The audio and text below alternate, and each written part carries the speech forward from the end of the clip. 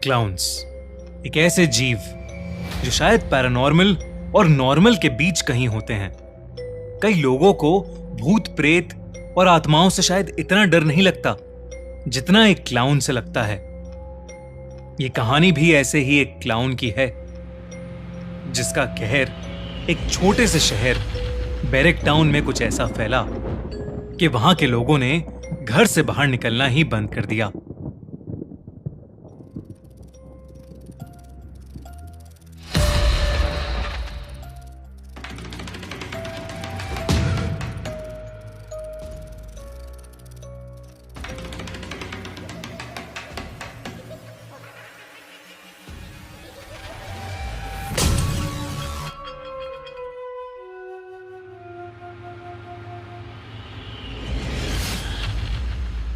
आज एना का बर्थडे है। वो पूरे 13 साल की हो गई है। उसके बर्थडे पर उसकी मॉम मेगन और डैड स्टीव ने पूरा घर सजाया है, पर एना ने सुबह से अपना कमरा ही नहीं खोला। एना, ओपन द डोर बेटा। देखो, तुम्हारे पापा और मैंने तुम्हारे बर्थडे के लिए पूरा घर डेकोरेट किया है। एना, जिद नहीं करते, जल्दी से बाहर आओ। अब अपनी मॉम को परेशान मत करो। मेगन और स्टीव के कई बार बुलाने पर भी कोई जवाब नहीं आया। अंदर से बस सिसकियों की आवाज आ रही थी। वो आवाज सुनकर एना के पेरेंट्स थोड़े परेशान हो गए। उन्होंने फिर से एक बार एना को दरवाजा खोलने के लिए कहा तो एना उन पर चिल्ला पड़ी, बस करो, प्लीज बस करो। पर एना बेटा, क्या हुआ? जो कुछ भी हुआ है तुम दोनों की वजह से हुआ है। अब मैं जहाँ पहुँच गई हूँ वहां से वापस नहीं आ सकती। मुझे अकेला छोड़ दो, जाओ। एना अपने घर वालों पर चिल्लाते चिल्लाते रो पड़ी। उसके बेड पर उसके पास ही एक डॉल पड़ी थी, एक क्लाउन की डॉल। उसने उस डॉल को उठाया और रोते रोते गले से लगा लिया। लेकिन आज जो हो रहा था वो पहली बार नहीं था। एना वैसे तो बहुत ही हंसमुख और खुश मिजाज किस्म की लड़की थी, पर करीब 3 महीने पहले जब उसे पार्क में खेलते हुए वो क्लाउन डॉल मिली थी, तब से वो दिन ब दिन अजीब होती जा रही थी। लोगों से ठीक से बात ना करना, अपने पेरेंट्स पर चिल्लाना और अपने रूम में घंटों घंटों तक खुद को लॉक कर देना। एना ने अपने सभी दोस्तों से बात करना भी छोड़ दिया था। वो बस पूरे टाइम अपनी क्लाउन डॉल से ही खेलती रहती थी। पहले तो एना के पेरेंट्स को लगा कि शायद बच्चों के अंदर टीनेज की उम्र में ऐसे बिहेवियर चेंजेस या बदलाव आते ही हैं। लेकिन अब सिचुएशन थोड़ी ज्यादा आगे बढ़ रही थी। एना के ऐसे बुरी तरह चिल्लाने के बाद एना की मॉम मेघन के भी आंसू आ गए थे। एना के डैड स्टीव ने मेघन के कंधे पर हाथ रखा और मेघन को दिलासा देते हुए वो उसे एना के कमरे के दरवाजे से दूर लेकर चला गया। लेकिन एना के साथ अंदर कोई और भी था। वो क्लाउन डॉल अब एना के पास नहीं थी, बल्कि एना के पास खुद एक क्लाउन बैठा था जो एना के आंसू पोंछ रहा था। एना की जिंदगी में जो कुछ भी घट रहा था वो बहुत अजीब था, लेकिन उससे भी कुछ ज्यादा ही अजीब होने वाला था उस रात, जो बैरेक टाउन के हर एक इंसान का दिल दहला देने वाला था। रॉबिन, एक टीनेजर, अपने दोस्तों के साथ हैंग आउट करके वापस घर लौट रहा था। शाम का समय था और मौसम थोड़ा बिगड़ने लगा था। एकदम से बादल गरजने लगे और आसमान में अंधेरा छा गया।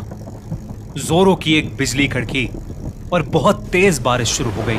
रॉबिन को अब अपनी बाइसिकल चलाने में बहुत दिक्कत हो रही थी, पर वो किसी तरह आगे बढ़ता जा रहा था। लेकिन आगे बढ़ते हुए अचानक से उसके सामने कोई आ गया। कोई अपने हाथ में बड़े सारे गुब्बारे लिए रोड के ठीक सामने खड़ा हो गया था। वो कौन था पता ही नहीं चल पा रहा था, क्योंकि उसका चेहरा गुब्बारों के पीछे ढका हुआ था। रॉबिन को कड़कती बिजली और बारिश में कुछ भी ठीक से नहीं दिख रहा था। ताकि वो उस इंसान से टकरा न जाए, इसलिए उसने जल्दी से अपनी बाइसिकल का हैंडल मोड़ा और उसके हैंडल मोड़ते ही उसकी बाइसिकल रोड पर फिसल गई और रॉबिन धम से जमीन पर नीचे गिर पड़ा। गिरने की वजह से उसके पैर में चोट लग गई थी।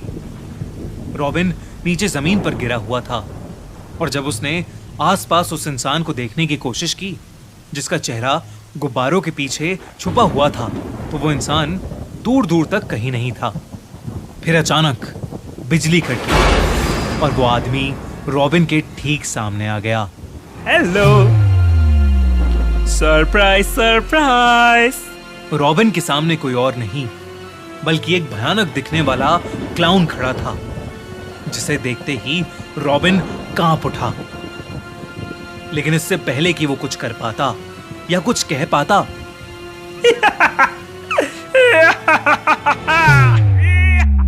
जब रॉबिन देर रात तक घर नहीं आया तो रॉबिन के पेरेंट्स ने उसके बारे में सब जगह मालूम किया, पर कुछ पता नहीं लगा।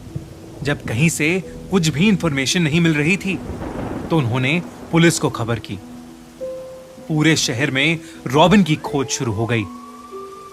छानबीन के दौरान एक पुलिस कार उसी रोड से गुजर रही थी जिस पर रॉबिन कुछ देर पहले अपनी बाइसिकल से गिरा था। वो पुलिस कार एक जगह आकर रुकी। वहीं पास में रॉबिन की बाइसिकल भी गिरी पड़ी थी। उस कार में से 2 ऑफिसर्स उतरकर रोड के दूसरी तरफ के एक पेड़ को देखने लगे। दोनों के चेहरे का रंग पीला पड़ गया था। जल्दी से सर को फोन लगा।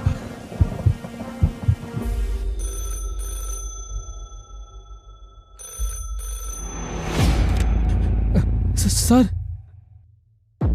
हाँ बोलो। सर, यहाँ पर बहुत बड़ी प्रॉब्लम हो गई है। किसी ने उस बच्चे रॉबिन को मारकर पेड़ पर लटका दिया है। What? सर, आप जल्दी आ जाइए। रॉबिन मर चुका था। उसकी गर्दन से अब भी वही गुब्बारे लटके हुए थे जिसे वो क्लाउन अपने हाथ में लेकर घूम रहा था। एक और चौंका देने वाली बात ये थी कि रॉबिन के पूरे चेहरे पर एक क्लाउन का मेकअप लगा हुआ था।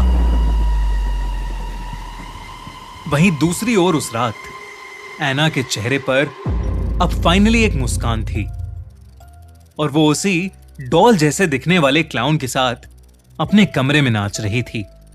रॉबिन की मौत से पूरा बैरिक टाउन कांप उठा था, लेकिन किसे पता था कि रॉबिन की मौत तो बस एक शुरुआत थी। दोस्तों, ये था खूनी मंडे की पहली ओरिजिनल सीरीज द क्लाउन का पहला एपिसोड। क्या हुआ उस शाम रॉबिन के साथ? कौन है वो क्लाउन और क्या सच में उसी क्लाउन ने रॉबिन को मारा है या इसके पीछे कुछ और राज है? एना को भी एक अजीब सा क्लाउन दिख रहा है। क्या वो मेंटली अनस्टेबल हो गई है और हेलुसिनेट कर रही है, या उस क्लाउन डॉल में कुछ पैरानॉर्मल छुपा है? ये सब जानने के लिए चेकआउट द क्लाउन का दूसरा एपिसोड फ्राइडे 21 अक्टूबर।